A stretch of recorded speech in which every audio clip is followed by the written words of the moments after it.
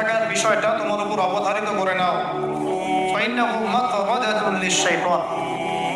কারণ এই কাজটার মধ্য দিয়ে শয়তান বিতাড়িত হয়ে যায়।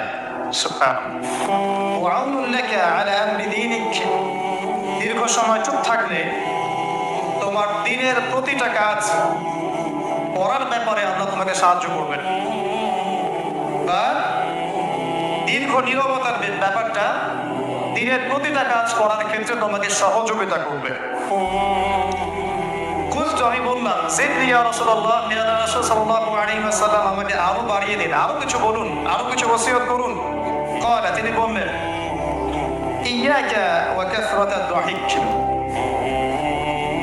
সাবধান থাকবে, বেশি বেশি হাসবে না, কারণ যারা অধিক পরিমাণে হাসাহাসি করে